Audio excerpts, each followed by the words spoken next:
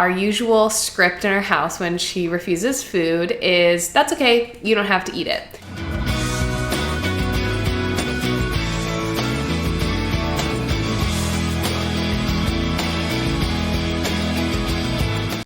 Hello, everybody, and welcome to this episode of the Growing Intuitive Eaters podcast and YouTube channel. I'm going to start doing shorter episodes that just cover a single topic, and I've been brainstorming a name for these, and my best friend Kelsey decided or suggested single scoop, because I'm going to give you guys the scoop on a single topic. Also the ice cream pun, you know, I love sweets, so we're going with that. So this is the first single scoop episode with Dr. Taylor Arnold, and we're going to be talking all about putting your kid to bed hungry after they refuse their dinner. So I decided to chat about this after an Instagram post where I chatted all about how I sent my daughter to bed without dinner because she refused. So I chatted a little in the Instagram post about the scenario, but just in case you missed the post, I'm gonna give you like the breakdown of what happened. We served stir fry to my daughter for dinner, and in this same week, she was transitioning to a new classroom in her preschool. So she was moving from the twos room to like the real deal preschool. So big transition for her. She was kind of in a mood. And when we all sat down at the table, she said, I don't want stir fry. And so our usual script in our house when she refuses food is, that's okay, you don't have to eat it. So that's what my husband said to her. And then we usually give her a timer to keep her at the table, because while we don't require her to eat a certain food, we do require her to like participate in mealtime in the family meal and sit at the table. So we're up to around 7 minutes. And so we let her know like, hey, we're going to set a timer for 7 minutes. You don't have to eat your dinner. When the 7 minutes is up, if you're full and you're done with dinner, you can get down and go play after you clear your plate. Another thing I said to her too is your tummy full? Because the next time we're going to be eating food is breakfast. So this is really important when your child is refusing a meal, to make sure that they're aware of the next time food is going to be served. Because I got a lot of questions about like, okay, well, what if they say I don't want to eat dinner, and then like 10 minutes later they say they're hungry and they want something else. Okay, so we want to make them aware of the next time food is going to be served, so they know exactly what to expect. So we typically don't really do bedtime snacks in our house, just because bedtime is kind of backed up to dinner time. We do dinner, bath, books, quiet playtime, and then bedtime. Like there isn't really any room for a bedtime snack. Maybe when my daughter gets a little bit older and she stays up later, that might be something we'll do. But right now she's 3 and we don't really have time for a bedtime snack. So I tell her, hey, that's okay if you don't want to eat your food, but next time we're going to serve food is breakfast. So, you know, if your tummy is empty, it's going to feel empty until breakfast time. So I'm using the words that she understands. So I let her know, hey, that's what's happening. She sits there for the 7 minutes. We chit chat. When the timer goes off, she says, I'm done. She gets down and clears her plate. She literally had 0 bites of dinner. Everything was fine. You know, she did great. She didn't ask for food. She wasn't complaining of being hungry. And then the next morning she ate a giant breakfast. I always think it's so interesting when toddlers and young kiddos kind of like self-regulate and compensate. So like if they miss a meal or they don't eat a lot, then the next meal they tend to eat a lot more. And that even happens like on a day-to-day basis. You might see your kid doesn't eat a lot one day and then the next day they eat a ton. Anyways, I just think that's so interesting. So I know that this situation worked out really well in our favor, because she knew exactly what to expect. She knew the boundaries and she knew the expectations in our household. And she was very clear on what would happen if she skipped dinner. So she was able to make that decision, and we were able to trust her that she knew what her body needed. But I know a lot of families struggle with this, and this isn't the first time this happened for us. So we kind of have our groove on what to do in this situation. So I got a lot of questions on Instagram, so I am going to answer the most common questions about what to do when your kid refuses a meal. So first I want to just make a real quick discussion here on pediatric feeding disorders. So I talk a lot about building like a healthy relationship with food and boundaries being really useful. But what you're not going to find me saying is if your kid is hungry enough, they'll eat. And I don't say this because there's a lot of kiddos with pediatric feeding disorders who either can't or won't eat when they're hungry due to medical needs. And beyond this, even some kids who don't have pediatric feeding disorders, they might not eat when they're hungry if they're just experiencing other stressors in their life, like they're really tired or they're really upset or they're anxious or they have sensory overwhelm. So it's not the case that if your kid is hungry, they're always going to eat, because there may be other factors at play here.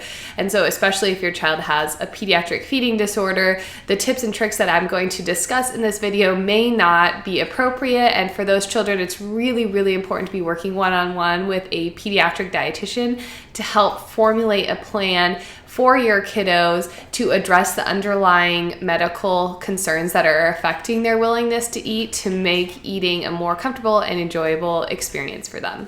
Some common questions I got about skipping dinner and going to bed hungry. So first of all, how old should a child be when you implement this strategy? I personally implement this from the first time we start solids. So I offer a meal, and if the baby is not interested in the food, we give them a chance to eat. And then if they tell us that they're refusing the meal or they're not interested, then I take the food away and move on with their day. Now for infants, they're either going to be also consuming breast milk or formula. So while I like to stick with like a structure with mealtime, I don't serve something different if they refuse.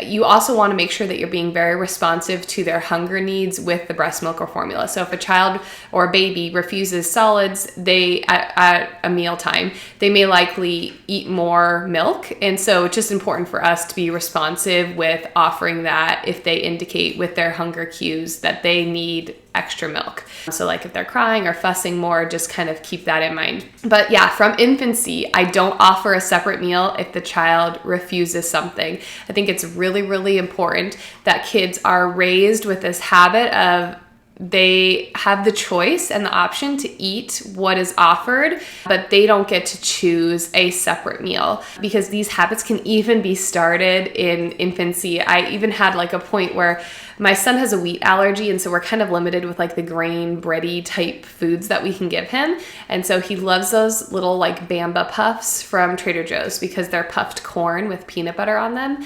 And so we were, it was the end of the week and we were kind of low on groceries, and I'd given him Bamba puffs like 2 or 3 meals in a row, and he knows how to sign more. And so the next meal where I didn't give him the Bamba puffs, he was like signing more even though he had food on his plate, and we figured out he was wanting me to get the Bamba puffs and serve it to him. I didn't do it, and he screamed and was really mad, but we moved on, and after that, he kind of got readjusted to eating what was offered at the table. So you can even do this with infants. So there is no like age limit to where you should start applying this. So another question is, what if they say they're hungry for dinner, but they ask for dessert? So this is something that I would recommend being proactive with. So I always recommend serving dessert on the plate. There are a few situations where that might not be practical or possible, but for the most part, I like serving dessert on the plate with the rest of the meal. So you don't give the child the option to say, I don't want dinner, but I want dessert. You are just including all of it on the same plate, and you're serving this plate to your child and saying, you have the prerogative to choose to eat what you want on this plate and how much of it you want to eat, but I'm choosing what's served. So if you're choosing to serve dessert, then it's important to be okay with your child only eating that food on the plate. Now, there's other strategies that you can take to help them increase their consumption of the other foods on the plate with the dessert option. And I have an Instagram post about that. It's in my sweets guide on my Instagram page, but it's the one where I talk about how I served cake to my daughter so that she would eat her other foods. So check that post out for more details, but don't give them the option to say that they only want the dessert after the dinner. Rather, serve it all on the same plate. So that's my response to that question. So what if they say they're hungry later? This is where being proactive, like I said before, is really important. So tell them ahead of time, it's okay if you don't want to eat dinner. Make sure your tummy is full, because the next time that we eat is breakfast, or the next time that we eat is bedtime snack, whatever you normally do in your house, so that your child knows what to expect. So let's say they know what to expect and they're still complaining that they're hungry after they didn't eat their dinner, and it's like before bed or before bedtime snack, and it's not on the schedule. Here in the situation, again, remember, this is not for kiddos who have pediatric feeding disorders or any other sort of medical condition affecting their willingness to eat. But here I would say, bud, you refused your dinner, and that was the time that we were serving food. It's not time to eat right now. It's time for bed. But in the morning, we'll have breakfast, and you can even throw in something exciting like, I'll let you pick breakfast, or you can help me make breakfast in the morning, or we can have your favorite breakfast in the morning, like waffles and bacon. So yes, this may result in a tantrum, but if you are consistent with this, you're going to make it less likely that your child refuses dinner in the hopes of waiting for something else to be offered. So if you do offer food when your child is hungry because they refused dinner, you're showing them, hey, if you refuse dinner, you can kind of wait and then complain right before bedtime of being hungry, which is, they probably are hungry, so it's not like they're lying. But you're telling them, if you wait and then you tell me that you're hungry before bedtime, you can get something that you want. And so you're kind of like setting a precedent that they can refuse dinner in hopes of getting something else later on. So there are some other things that we can do to prevent this, which again, this is not like what we're going to talk about in the single scoop episode, because we should be implementing our strategies to help our children learn how to try and enjoy new foods, how to help your kids feel comfortable eating mealtime if it's not something that they're super used to. And all of these things will help decrease the likelihood that your child is going to refuse something at the dinner table. So one example would be making sure you have a safe food on their plate. A child who is a selective eater is going to be more likely to refuse something that's like a new dinner or something that's unfamiliar to them. And so something that we can do to help prevent this like flat out dinner refusal is including a safe food on their plate. That's going to help them feel more comfortable to start eating. And once they kind of get going with eating, it's more likely that they're going to be trying other things on their plate too. So what if they wake up hungry? So this is a really common concern for a lot of parents, but it's not actually that common that it actually occurs. Hunger has to be pretty significant for it to wake someone up from a dead sleep. So if your child is an infant or breastfeeding, obviously you should be responding to their hunger needs, offer the breast milk, offer the formula. If your child is at an age where they're still taking formula, definitely do that. But if your child is an older kiddo, it's not very likely that they're going to be waking up from a dead sleep due to hunger. If they do wake up from a dead sleep due to hunger, you kind of have two options. One is you can say, hey, I know you're really hungry. Let's get a sip of water. Let's go potty. And I'll sit with you here for a minute while you go back to sleep. So you can help them, give them other tools to like calm down and cope and go back to sleep. I don't really recommend doing middle of the night snacks for kids unless there's a medical need for that, like, for example, like blood sugar control issues. But second option would be to get them some, like a little glass of milk, just to give them something to tide them over for the morning till the morning. But I really recommend avoiding this. Doing middle of the night snacking is not a good habit to get into, and it's not like physiologically normal once your child surpasses the age that they're breastfeeding at night or taking formula at night. Use this as a learning opportunity the next day. You can say like, hey kiddo, I know you woke up last night and you were telling me that your tummy was rumbling and you also didn't eat dinner. And you could just kind of pause and like let them think through that. Like, you're not telling them why their tummy was rumbling. You're not telling them what to do. You're just kind of narrating and describing the situation. And oftentimes they'll kind of put two and two together. Afterwards, you can you can suggest things to them. You can ask them like, why do you think you were hungry? How do you think not eating dinner made your belly feel? Like, kind of help lead them to the solution or the answer to why their tummy was feeling empty if just the narration doesn't really do it for them, but really just saying, like, pointing out what happens when we skip dinner and what the physiological consequences of that are. So your child is kind of able to make a more informed decision next time they have the option to not eat their meal. Okay, so another question I get a lot is, well, my kid's small and I'm super concerned about waking, like they're not gonna get all the nutrients they need. Okay, this is a very valid concern, especially for parents whose children are low on the growth curve and they're worried about waking with their kiddos. So what I say to this is, when typically a parent whose child is smaller and they're trying to prevent any more drops on the growth chart will do one of two things. One, they'll either offer a different option for them at dinner, or two, they'll force them to eat their dinner by like coercion or saying like you can't get down from the table, or bribery, like saying you have to eat your chicken before you get your cake or whatever. So both of those things are going to result in your child being more selective, which is going to result in your child being more likely to refuse their meal, and which is going to be more concerning because they're going to have more missed meals. So using like these authoritarian practices like forcing your child to eat or offering them another option are going to be counterproductive. So if we offer our child another option, we're basically communicating to them, here's what I serve at dinner, but you don't really have to eat that. You can ask for something else. So when we constantly give our kid the option to choose what's going on their plate, their selection is going to dwindle and dwindle and dwindle. So we don't want to do that. And then when we force our kid to eat food, these kids, now that the research tells us that they're more likely to develop disordered eating behaviors, and that can be like anxiety around food, it can be more selective eating, and so all of these things can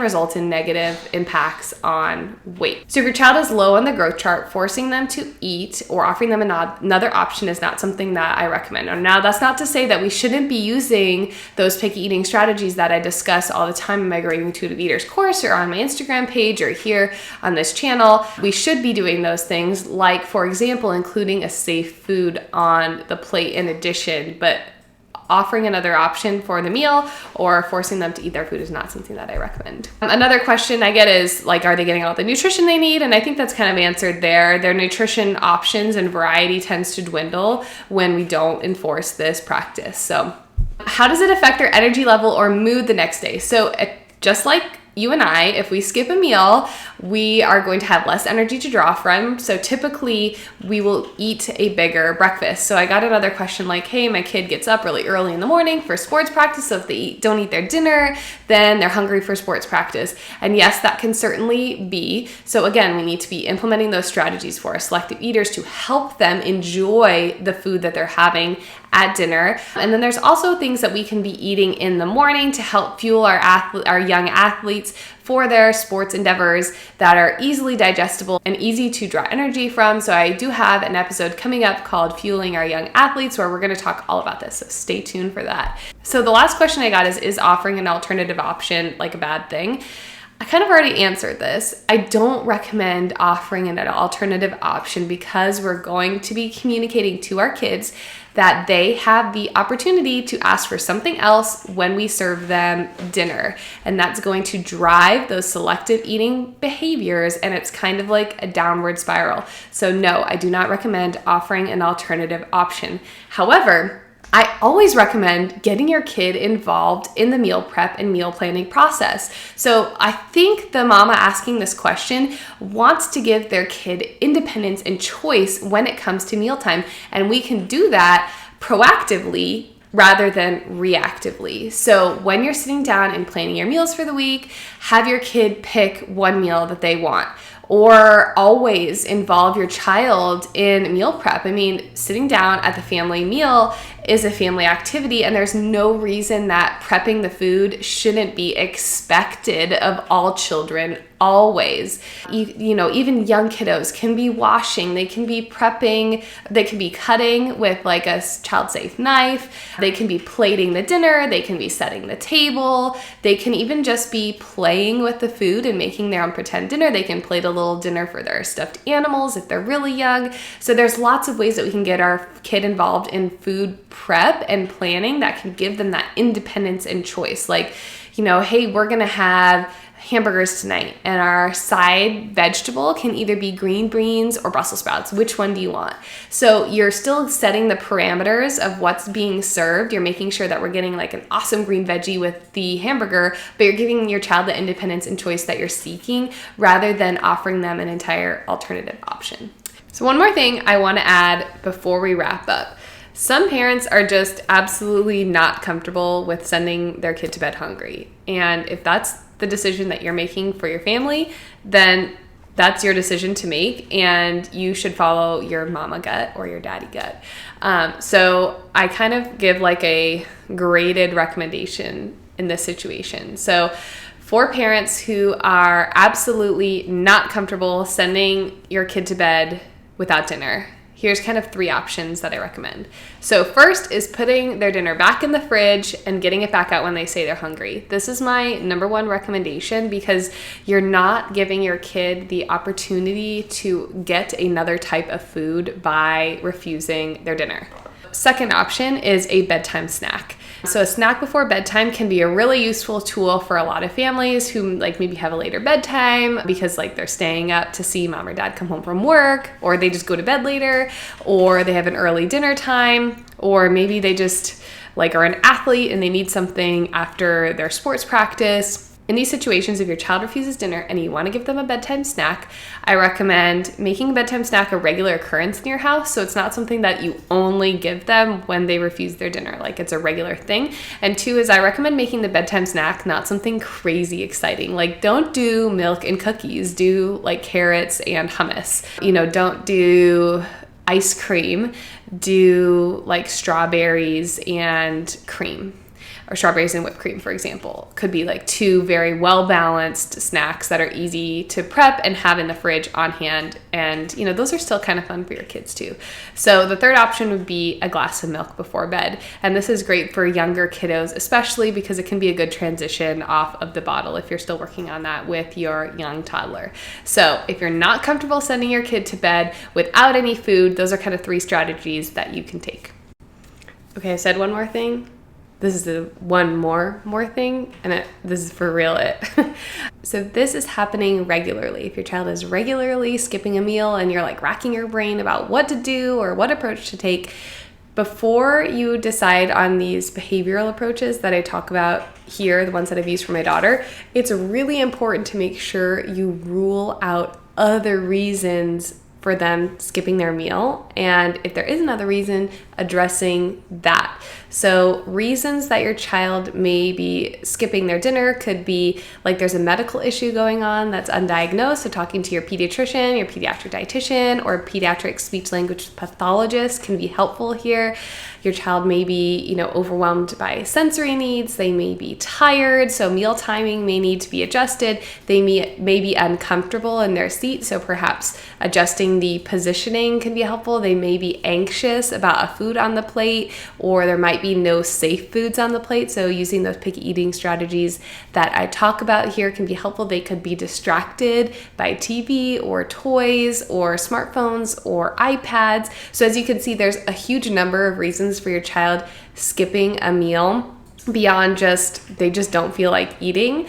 And if we're treating your child like they just don't feel like eating and using the approaches for that, and they actually have like they're uncomfortable in their chair or they have a medical need, we're not going to be addressing the underlying cause of why they're skipping meals, and this is going to continue happening and may actually start having a negative impact on their health. So before you implement these behavioral strategies, make sure that you rule out all of those possible reasons for skipping meals frequently.